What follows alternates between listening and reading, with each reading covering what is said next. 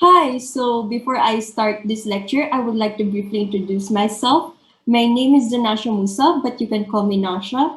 I am currently a graduate student taking up MA International Studies, major in European Studies at De La Salle University. My area of interest is Russian domestic politics and foreign policy. Professor JP is one of my classmates in international political economy and has kindly invited me to give you a short lecture about the intrinsic ties of the Russian Orthodox Church and the Russian state. So, if you have any comments, clarifications, and questions after this lecture, kindly leave it at the comment section of this video so JP can relate it to me. So, let's start. The title of my lecture is Orthodoxy and Russian Politics from the Ruriks to Putin. So this is the outline of this lecture. First of all, I'm going to discuss about the religious demographics in Russia, followed by some facts about the Russian Orthodox Church. Mm, Following that, we're going to discuss Orthodoxy in the Rurik dynasty, followed by the Romanovs and the Soviet era. And for the very last part of this lecture, we're going to discuss how the Russian Orthodox Church became a legitimation tool for Vladimir Putin's rule. Before we delve into the history of the Russian Orthodox Church, I am going to show you the result of the survey done by the Pew Forum in 2017. This is Russia's result in the religious belief and national belonging in Central and Eastern Europe survey. Russia considers itself as a multi-confessional nation. Of course, the dominant religion in the country is Russian Orthodoxy. However, Russia has a substantial Islamic minority and considered as the second largest religion in the country. In Russia's 85 federal subjects, 5 of them are Muslim republics. These republics are Bashkortostan, Tatarstan, Ingushetia, and the North Caucasus republics of Chechnya and Dagestan. All of them are Sunni Muslims, but some parts of Chechnya practices Sufism. Russia's Islamic population has a notable growth rate compared with the rest of the population. As for Russia's other religion, Buddhism is a legally acknowledged traditional religion in Russia. However, it owes more to its identity with specific groups of people than to any large Buddhist community in the country. Fun fact, Kalmykia is Russia's only Buddhist republic. Russia's Jewish community is far smaller. The emigration of Jews from Russia to Israel has been particularly marked since the end of the 1980s, when restrictions were eased since during the Soviet era before Glasnost and Perestroika. Soviet citizens are not really allowed to leave the country. Along with that, economic factors and Russia's tradition of anti-Semitism are the reasons for Jewish emigration.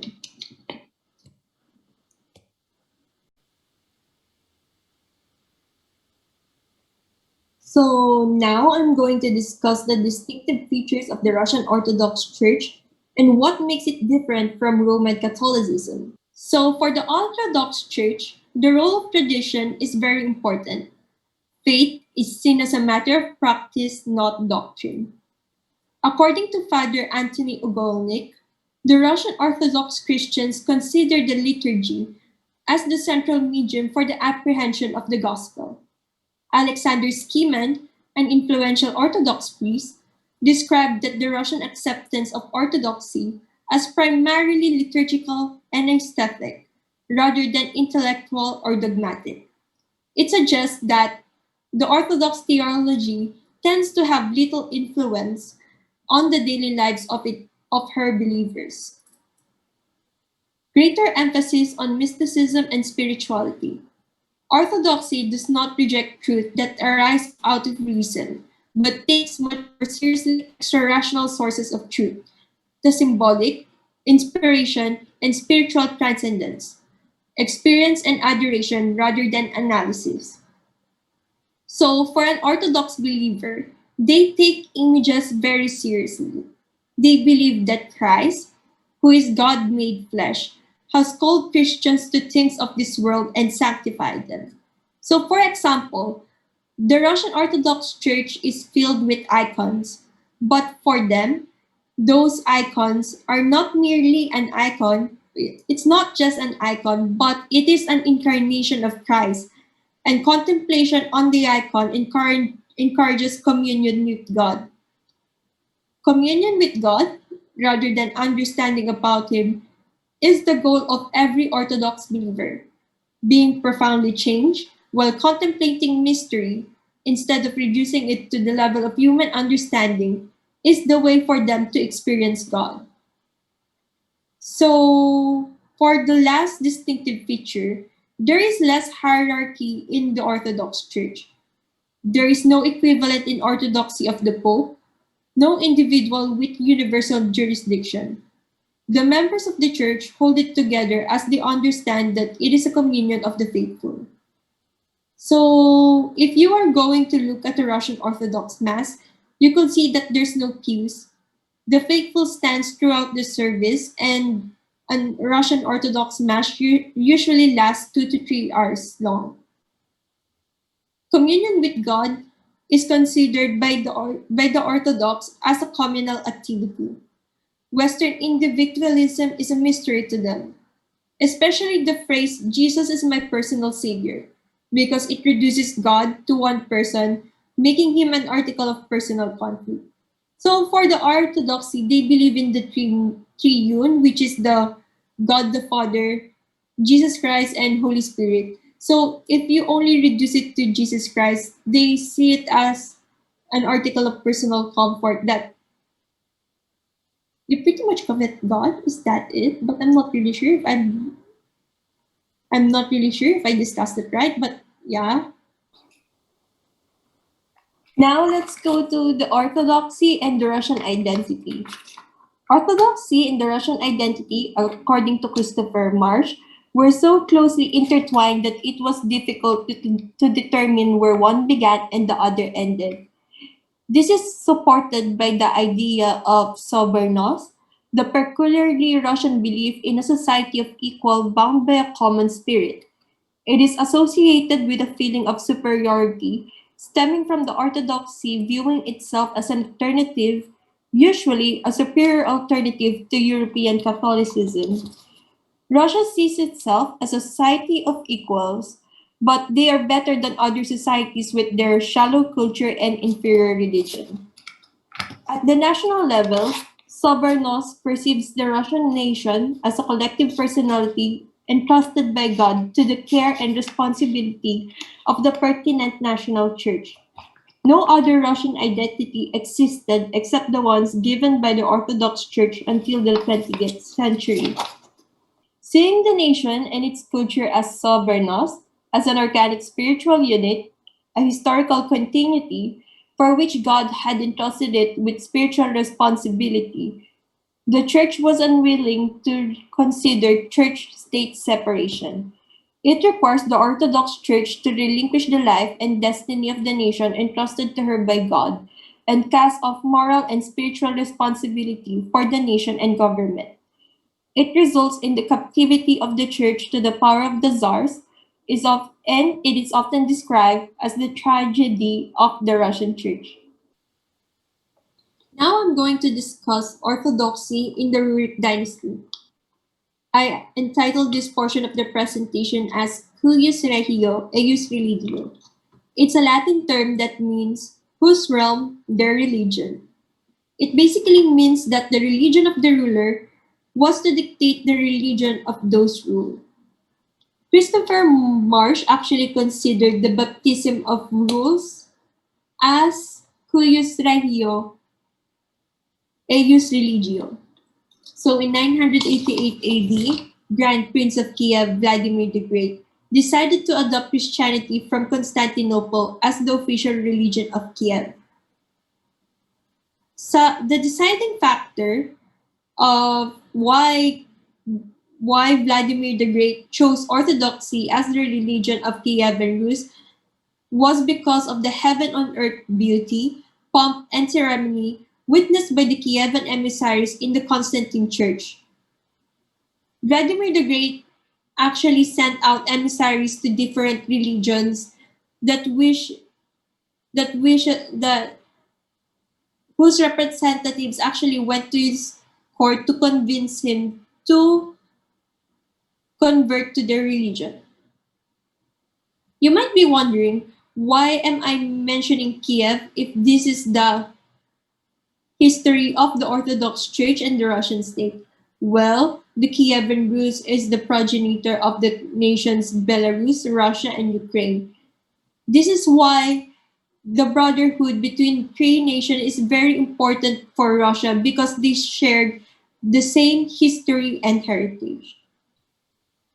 So Olga of Kiev, which is Vladimir the Great's grandmother, is actually considered the first Kievan Rus monarch who converted to Orthodox Christianity. Legend has it that the Byzantine Emperor Constantine VII fell in love with Olga. As a way to put a stop on his advances, she chose him as his godfather in her baptism. After her conversion, Olga told the emperor that it will be inappropriate for her godfather to court her. Following Vladimir the Great's conversion, he not only had his 12 sons and many boyars, boyars is the ancient Russian noblemen, follow him. He also organized mass baptisms in the river Dnieper. This is what it might have possibly looked like by then. This image that you can see in your screen is painted by one of Russia's realist painter, Klavdij Lebdev. Vladimir the Great, along with his successors, managed to establish orthodoxy through forced conversion and suppressing heresy and paganism, and lending state support to orthodoxy. So I would like to briefly discuss about Slavic paganism. The Slavs that inhabited the central Russian plain practiced a form of paganism similar to that of other peoples in their vicinity, similar to Old Germanic mythology and Norse mythology. This included a pantheon of gods, with Perun being the preeminent god to many. Perun is the Slavic god of the sky, thunder, lightning, storms, rain, law, war, fertility, and oak trees. So he's pretty much the Slavic version of Thor, but there's a lot of parallels between Norse mythology and Slavic paganism. Both believe that there is a world tree. I mean, there's a lot more parallels that I can discuss, but since we're not focusing on Slavic paganism, maybe in another time. So after the baptism of Rus to Christianity, Vladimir the Great ordered all the idols of Perun that he erected formerly to be brought down. So next slide. Saint Cyril and Methodius is actually instrumental on why Orthodox Christianity is widely received in the region. They are considered as the apostles to the Slavs when the Byzantine Emperor Michael III and the Greek Orthodox Patriarch Proteus sent them to evangelize the Slavs. So these two saints created the Glagolitic alphabet, which is considered as the oldest known Slavic alphabet. They translated liturgical books to Old Church Slavonic, thus allowing the common people to understand the gospel. It caused Christianity to gain rapid popular acceptance and became part of the Slavic culture because its message is comprehensible to all. The Slavs are the only people in Europe to hear the gospel in their own language. This is the reason why Christianity did not become a secularizing nor a Western influence in Russia, because no other languages, such as Greek and Latin, were needed to be learned to read the scriptures. Oh, by the way, fun fact, the Glagolitic alphabet is actually the predecessor of the Cyrillic alphabet. You may or may not have heard of this, but Moscow is actually considered as the third Rome. All the Christian kingdoms have come to an end and have converged in the single kingdom of our sovereign. Two Romes fell, a third stands, and there will not be a fourth one. So Philotius is a or Filofey, is a Russian monastic leader who floated the idea that Russia is the third Rome. Moscow had gone from a pagan land ripe for evangelical mission to the third Rome. So the reason why Russia is considered as the third Rome when Constantinople fell in the hands of Mehmed II in 1453. The idea of being a successor to Constantinople is not unique to the Russians. Both the Bulgarians and Serbs made similar claims. Russia's size and status as the only Orthodox church not under Muslim domination lent weight to its claim. So, as you can see, the Bulgaria and Serbia is under Ottoman hands during that time, and it kind of negated their claim as the successor of Constantinople's legacy.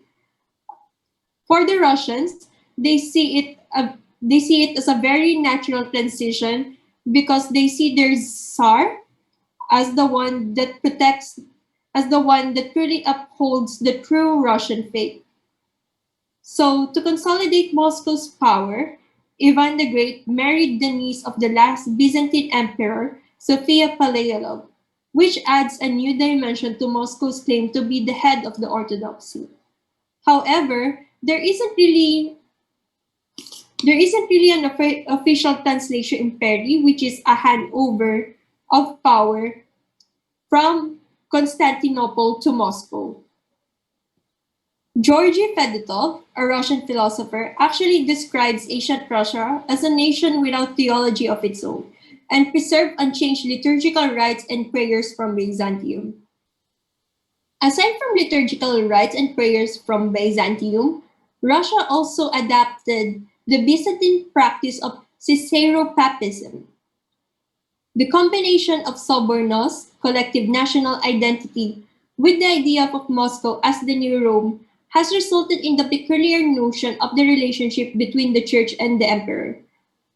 Andrei Gulo provided the idea of the attitudes of the Byzantine church towards the emperor by saying, the imperial power, combined with liturgical worship, forms an image of divine power. So, this is the reason why the emperor is considered as God's lieutenant and responsible for the well-being of the Christian people or nation. Since the Russian Orthodoxy adapted such practice, they also accepted that the will of the Tsar could become the canon law of the church.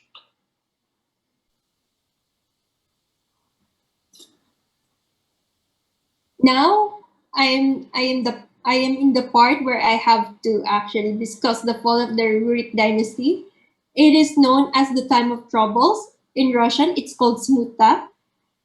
It is a period of political crisis in Tsarist Russia starting from 1598 to 1613 with the death of Fyodor I, fall of the Rurik dynasty, and ended with the accession of Mikhail I. Fyodor's death has actually led to a violent succession crisis with numerous impostors claiming the title of the Tsar. If you are familiar with Russian history, this is where a lot of false Dimitris has sprung up.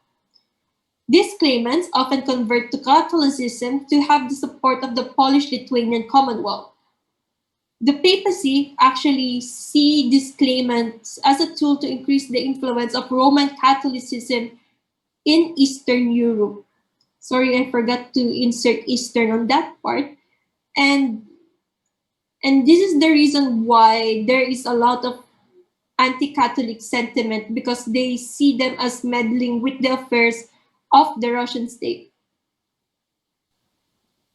Mikhail I, the son of the Patriarch Filaret of Moscow, was elected by the Zemsky Sobor. Zemsky Sobor parliament is the parliament of Russia from 14th to 15th century. It's also called in English, its translation is the Assembly of the Land, as the Tsar of Russia in 1613, which put an end to the time of troubles. So you might be wondering, why does the patriarch have a son if he's a clergyman? Well, in Russia, there are two types of clergy. The black monks who actually took a vow of celibacy, and the white or secular clergy who had to be married and consequently banned from all responsible position in the administration of the church. So, so for the next section, we are going to discuss the end of Symphonia. So now let's go through the Orthodoxy and the Romanov dynasty. So before I start to discuss the important events that happened between church-state relations during that time, I'm going to discuss this term symphonia. Symphonia basically means harmony between church and state. And according to this ideal, the Tsar ruled over the secular realm, whereas the church and its leadership ruled over otherworldly matters, both exercising their control in the name of God. So last time we ended at Tsar Mikhail I's ascension to the throne and the rise of the Romanov dynasty. So from 1619 to 1633, Russia has two actual sovereigns. So it's a diarchy between Tsar Mikhail I and his father, Patriarch Filaret. The Patriarch often transacted affairs of the state without consulting the Tsar. So Filaret issued a royal decree in May 1625, which gave the Patriarch the right to judge and oversee the clerical and peasant populations of the Patriarchate in all matters except for theft and robbery. The Patriarchate ultimately developed into a state within a state. While the administration of the Patriarchate became more structured, it also became significantly more complex. So the Patriarchate's administration was divided into the following departments: the judicial department, which oversaw legal affairs, the ecclesiastical department, which oversaw matters regarding parishes, and treasury department, which oversaw tax collection from the clergy, and the palace department, which managed the economic matters on the patriarchal estates. Each department was headed by a patriarchal boyar, a member of the highest rank of the Russian aristocracy, and staffed with clerks and scribes. Now let's head to the internal split which happened during the rule of Alexis I, which is Mikhail I's son. So Patriarch Nikon joined forces along with Tsar Alexis to reform the Orthodox Church. They attempt to bring the ROC in line with contemporary Greek rituals. Some of the changes that Patriarch Nikon established is using three instead of two fingers to cross and alter the spelling of Christ in icons. As I have mentioned earlier, the image is very important for an Orthodox believer, and these changes gain the ire of some believers. The old believers denied these reforms as they believed that it messed with the most sacred symbols of religion. They were anathemized in the Great Moscow Synod of 1666. So anathemized, it means that they can no longer receive some sacraments from the Russian Orthodox Church. The regent Sophia Alexeyevna introduced the execution by burning for those old believers who refused to surrender their beliefs. The old believers actually saw this as an act of martyrdom. Sometimes they actually do self-immolations as a protest against the repression that they are getting from the state. So Sophia Alexeyevna acted as a regent to her brothers Ivan V and Peter the Great, who are co-ruling Russia during that time. Now we head over to Peter the Great and his church reform. Peter the Great saw the Russian Orthodox Church as a vestige of the past and a competitor for supreme power in Russia, and he moved quickly to bring the church under his control. So he did put the church under his control through the promulgation of the Spiritual Regulation of 1721. It is a law that abolished the patriarch position and established the most holy synod. So the Holy Synod is composed of 7 or 8 eparchs and representatives of the parochial or monastic clergy. During the 19th century, membership is restricted to 3 metropolitans and the Eparch of Georgia, who are permanent members, and 3 of 4 eparchs who were appointed by the Tsar on a temporary basis. The Director General was the sole mediator between the Tsar and the Church, and in the course of time, he became the virtual head of the state church. In the 18th century, the Director Generals performed supervisory functions but gained ministerial powers as they extend their responsibilities and build up their departments over time. So the synod deliberates on all important administrative and religious questions and was also expected to deal with an enormous amount of routine business. They possess no independent authority. Any decision which it reached on major administrative or legislative matters had to be submitted for the Tsar for his approval. This law brought an end to the Symphonia as Peter the Great obtained supreme power of both the church and state. However, it was not the Tsar's intention to eliminate all vestiges of the church's power. The capture of the church by the Tsar brought fresh obligations to support orthodoxy. The government was actually obliged to propagate and enforce orthodox canons and dogma throughout the country, which led to the growing intolerance towards non-orthodox in Russia. The Tsar undertook to be the foremost defender and preserver of the dogmas of the dominant faith and the guardian of orthodoxy. Even though he was referred as the head of the church, this did not mean that he possessed an ecclesiastical rank under canon law. It was pretty chill for the Russian Orthodox during the succeeding centuries, but the Russian Revolution of 1905 spurns the Russian Orthodox Church to recognize their shortcomings and accepted the need for change. It produced a sudden spate of self-criticism in the church involving all aspects of church life.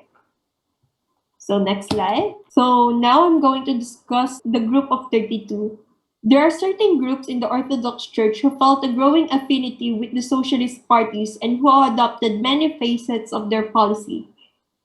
The group of 32 submitted a petition to the Metropolitan of St. Petersburg. I forgot to include this earlier when I discussed the Holy Synod, but the Metropolitan of St. Petersburg actually has a bit of autonomy from the rest of the eparchs and the clergy, in which they urged him to introduce ecclesiastical reforms as a matter of urgency.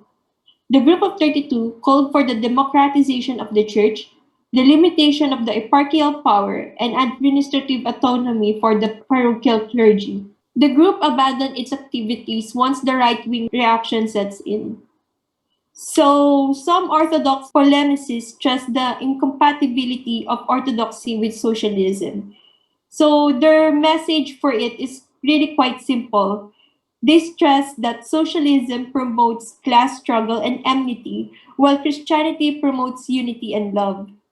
However, there are people such as Nikolai Smirnov who believe that the socialist ideals was compatible with Christian aspiration and that it was the most desirable way to further the Christian cause. Now we head over to the 1905 conference to consider the feasibility of establishing religious freedom in Russia.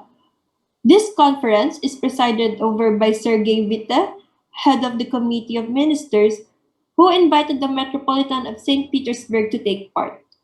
The reformers see this as an initial success as it undermined the Director General and allowed the church to speak and act on its own initiative in a major public concern. Witte openly criticized the state church. He quoted Dostoevsky, who had said that since the days of Peter the Great, the church had been in a state of paralysis. He pointed out that the church had abandoned conciliar principle and became an instrument of state policy under the direct control of the bureaucracy and the police. The committee called for the restoration of the patriarchate and the creation of a permanent synod consisting of 12 eparchs to assist the patriarch in conduct of church affairs. But under this scheme, all important decisions taken by the patriarch, the synod, or the church will still have been referred to the Tsar for his approval.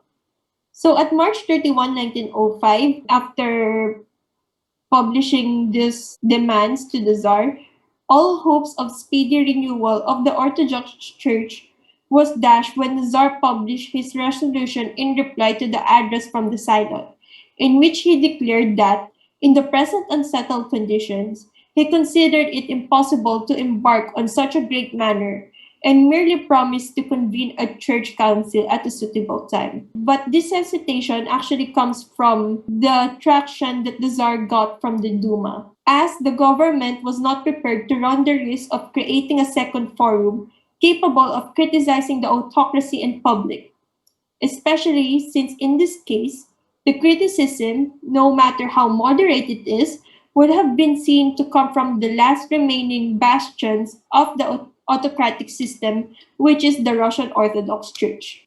Next slide. But not all of the committee's work did not come to waste. On 1905, they passed the law on the consolidation of the principles of religious tolerance. It is a law passed on April 17, 1905, which allows Russians to legally entitled to leave the state church in order to join the other confessions or sects. No provisions was made for those who wish to renounce religion altogether. So before this edict, nobody was allowed to opt out of the state church, and apostasy was treated as punishable offense. In defense of orthodoxy, the church was authorized to call on the civil power and the police, who were required to prosecute all persons suspected, either by the police themselves or by the clergy, of attacking the church by word or deed, and all persons who broke away from the church to join the old believers or the dissident sects. Orthodox religious instructions was compulsory in all schools and many colleges of further education, the cost of such instruction being borne by the state. After the Edict of Religious Tolerance in 1905, many nominal members of the state church who had been secret adherents of the old believers or dissident sects were able to leave the Orthodox fold and openly profess their own allegiance. According to the official statistic during that time, it was estimated that there are 301,450 people who had been Orthodox under duress and had previously had no right to declare their true allegiance left the church. However, despite this law, the state church, Russian Orthodox Church, was still the first and dominant church in Russia and continued to enjoy special privileges. So, of course, as we discussed the Romanovs, we should include Grigory Rasputin. So, preceding the First World War, the state church is beginning to break up and that the authority of its leaders was being progressively undermined. Grigory Rasputin's assertion of his dominance over the church leaders exacerbated the situation. So the Director General during that time, V.K. Sabler, was under Rasputin's group, and thus this is the reason why Rasputin was able to bend the synod to his will. The Rasputin scandals, the interference of the Tsar and Tsarina in the most intimate spheres of church life, and above all, the failure of church leaders to introduce long overdue reforms had produced a situation which was regarded as completely hopeless even by the eparchs. So now we head over to the February and October Revolution. So this is the timeline of the Russian Orthodox Church during the February and October Revolution. On February 27, 1917, the Holy Synod refused to condemn the revolution as demanded by their Director General. Nobody in the Orthodox Church raised a hand to restore the monarchy or halt the revolution. On July 17, 1917, the Russian Orthodox Church issued a solemn statement in which it referred to the events preceding February as the hour of universal freedom for Russia, when the country rejoiced over the new bright days of its life. On August 17, 1917, the All-Russian Church Council was convened in Moscow. The All-Russian Church Council was the first of its kind for over 200 years. Membership of the council was extended to all eparchs and to 2 elected representatives of the clergy and 3 elected representatives of the laity. There are about 600 members in all of whom roughly 50% were laymen. All members were entitled to vote, but a 3/4 majority of the eparchs enjoyed the right to veto. The council was able to restore the patriarchal office of the church and elected Metropolitan Tikhon as Patriarch of Moscow and all the Rus. But in the end, the reforms were nothing more than an ill-fated attempt to reform a system that had effectively collapsed. So now we head over to the Orthodoxy in the Soviet Union. So now we head into the repression and oppression of the Russian Orthodox Church under Lenin and Stalin. The Bolsheviks saw the Russian Orthodox Church as public enemy number one. It was not only an institutional part of the Tsarist government, but it also resolutely defended the old regime even after the October Revolution. Aside from that, the church held a diametric position opposed to the Bolshevik regime because the church offers salvation through Jesus Christ, while the Bolsheviks offered a type of salvation which is freedom from the opium of the masses, which is religion, and the constraints of the false consciousness that religion spread to keep the capitalists in power and the proletariat obedient. In March 1922, Lenin issued a secretive decree through Vyacheslav Molotov calling for increased persecution against the Russian Orthodox Church in relation to the collection of church valuables. At first, the Bolsheviks' policies towards religion were pragmatic and were more about weakening the church as an institution and separating religion from state and societal structures. It focused primarily on the separation of church and state and the nationalization of church held lands. It was recorded that during 1922, 2,691 priests, 1,962 monks, and 3,447 nuns were liquidated. It was considered as a Machiavellian policy of eliminating important church leaders in order to weaken the church as an institution. Joseph Stalin carried out a policy of widespread repression of religion and oppression of religious beliefs throughout Soviet held territory. So now we'll head over to Metropolitan Sergeius. He's considered as the Patriarch Locum Tenens, or the temporary patriarch, since the Bolsheviks took a leaf out of Peter the Great's book and actually prevented a new election for the patriarch after Patriarch Tikhon died in 1925. The stubborn resistance of the church must have impressed the government with the need for compromise, for the cessation of imprisonment, torture, and execution failed to leave the church emasculated.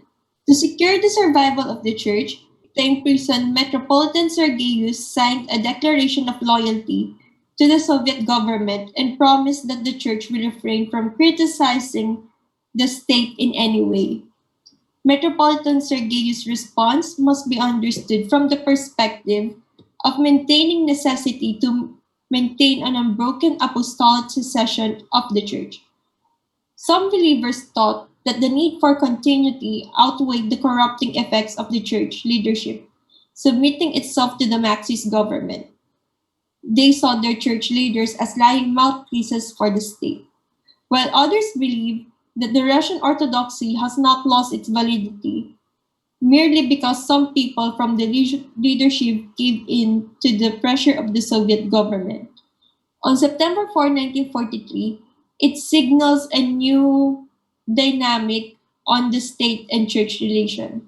Stalin received Metropolitan Sergeius in the Kremlin, along with Metropolitan Alexei and Metropolitan Nikolai.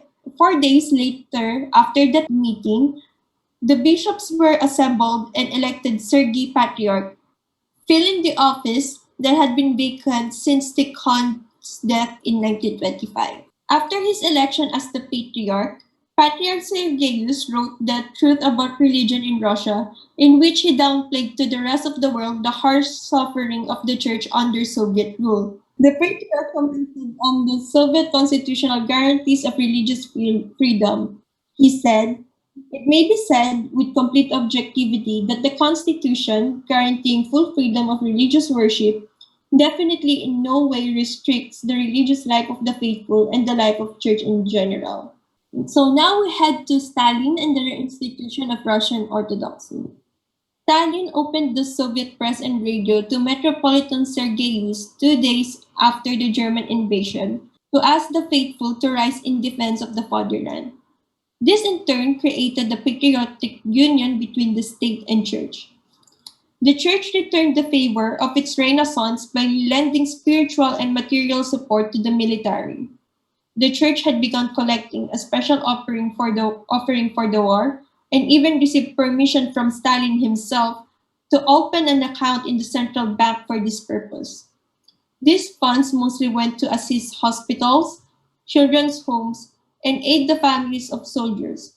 But some of it are used to fund two military units the St. Dmitry Donskoy Tank Column, and the St. Alexander Nevsky Fighter Squadron, honoring two sanctified Russian historical figures known for their victorious battle against foreign invaders. These policies represented a complete reversal of policy on the part of the Soviet government and the Communist Party. Instead of scattering the parishes, they were united. Instead of permitting local governmental agencies to carry out arbitrary actions, centralized control was maintained by Moscow, and instead of congregations exercising independence, the Patriarchate maintained a centralized and disciplined hierarchy. Religion was allowed to play a limited public role and was even seen as being able to function as a patriotic organization. This is a major revision of the Marxist Leninist tenets on religion, of course, for under socialism, religion should have no role. It is said that the reason why Stalin implemented these changes was he needed to tame the Catholic, Protestant, and Orthodox peoples of Western Europe, and he had to practice religious toleration at home in order to not scare them off. Once these regimes were securely in the Soviet sphere of influence, however, the Orthodox Church once again was of little value to the regime. Aside from that, Stalin had also seemed to hope for a while that the Patriarchate might be able to develop into a Moscow Vatican, with the Russian Patriarch taking on a leading role not only in the Orthodox communion but among all Christians in the world. So the de-Stalinization under Nikita Khrushchev also affected the renaissance that the Russian Orthodox Church enjoyed. Nikita Khrushchev sought to reverse the development of religious life under Stalin. Attacking the church fits perfectly with his program of de-Stalinization and his insistence of finishing off remaining manifestations of Stalinism. The widespread attack on the church began in 1958. This attack was intended to be more discreet, as there are no party or governmental resolutions were published in the Soviet press. One of the main goals of the new attack on the church was to alienate the youth from religion. Films and music were played near churches during their services, and applicants to the country's seminaries often found themselves drafted immediately into the armed forces. Aside from that, to combat the combat religious propaganda, the Khrushchev government publishes a journal named Nauka i Religia. If translated, merely means science and religion. It is a journal that sought to the modern science to combat religion, apparently believing that new developments in science will demystify the world. The church experienced another renaissance during Glasnost and Perestroika. The religious revival in Russia dates from 1988, the millennium of the conversion of Russia to Christianity, which became a national celebration. The Orthodox Church has been resurrected as a national symbol and maintains a formal independence from the state. So in 1990, the Soviet Union introduced a law on freedom of conscience and religious association. It is considered as the most liberal religious law of the 20th century in Russia. It declared the fundamental right of freedom of conscience, the equality before the law of believers and non believers, and the right to freely choose, hold, and disseminate religious or non religious convictions. This official recognition by the Soviet Union of religious freedom brought a surge of religious activity across a range of faiths. The Russian Orthodox Church enjoyed the full range of rights and began to enjoy financial benefits from the state. The return of property confiscated by the communist regime earlier in the 20th century and an increasingly prominent position alongside the state machinery. However, as the 1990s progressed, there was something of a backlash against this burst of religiosity. Particularly nationalist, anti-Western elements within federal and regional governments and within the hierarchy of the Russian Orthodox Church began to object to the activities of what they termed non-Russian religious sects and cults. They believed that Russia should not simply accept what the West had to offer, but should build on its own traditions and civilization to find its own Russian path. There was also a fear expressed, particularly in the Russian Orthodox Church, that the Russian people might be led astray. The Russian people might slake their spiritual thirst on whatever was put before them, without having the depth of knowledge necessary to discern between the various faiths on offer. The law was amended on 1997, and the amendments were considered a step backwards from the 1990 Soviet era law in terms of religious freedom, and they also appeared to contradict the Russian constitution. In the 1997 law singled out Russian Orthodoxy as making a special contribution to Russia, and then gave respect to those faiths that form an inseparable part of the historical heritage of the Russian people, naming specifically Christianity, Islam, Buddhism, and Judaism. According to the Russian constitution, no faith is to be preferred by the secular state. While the 1997 law's preamble makes no specific provisions for preferable treatment to be given to the religions their name, the singling out of Russian Orthodoxy as the foremost faith of Russia reflects the general attitude of the authorities. So now we go to the Orthodoxy under Vladimir Putin. So this poll is also a part of the poll that I mentioned earlier from the Pew Research Center. As you can see, wanted connection with national heritage is the second reason why Russians who are formerly atheistic switch to Russian Orthodoxy to reclaim their identity and culture. The rise of the Orthodox Church under Putin. Symphonia has continued to evolve and grow in post-Soviet Russia. The Kremlin has given the Russian Orthodox Church spotlight in state-sponsored media. That state-sponsored media is a federal channel in Russia called SPAS, and it is associated with the Russian Orthodox Church. It began broadcasting on July 28, 2005, and its main mission is the formation of moral philosophy and a system of coordinates needed for effective development of the state based on the old age Orthodox values, development, and strengthening of spiritual and moral foundations of the Russian state, stressing the importance of orthodoxy in contemporary Russian life. It also coincides with Vladimir Putin's efforts to portray himself as a vanguard of traditional values. The ROC under Patriarch Kirill has taken an active role in Russian diplomacy and domestic policy. So in only 10 years, Patriarch Kirill has reunited Russia's diaspora churches with the Patriarchate in Moscow, obtained the Vatican support for the international community's intervention in Syria, provided support to Orthodox Christians in Syria, given blessings to the Russian annexation of Crimea, and co-sponsored legislation which instituted numerous socially conservative laws from policies addressing sexual orientation to alcohol consumption. So now we're going to discuss the Moscow-Constantinople Schism of 2018. On October 15, 2018, Moscow severed all ties with the Ecumenical Patriarchate of Constantinople after Patriarch Bartholomew granted Ukraine independence or autocephaly from the Russian Orthodox Church. So it basically means that the Ukrainian Orthodox Church does not answer to the Patriarch of Moscow. This schism is also a result of the geopolitical conflict between Russia and Ukraine. As you very well know, Ukraine has been steadily weaning itself from Russia's sphere of influence, and Moscow doesn't want that to happen.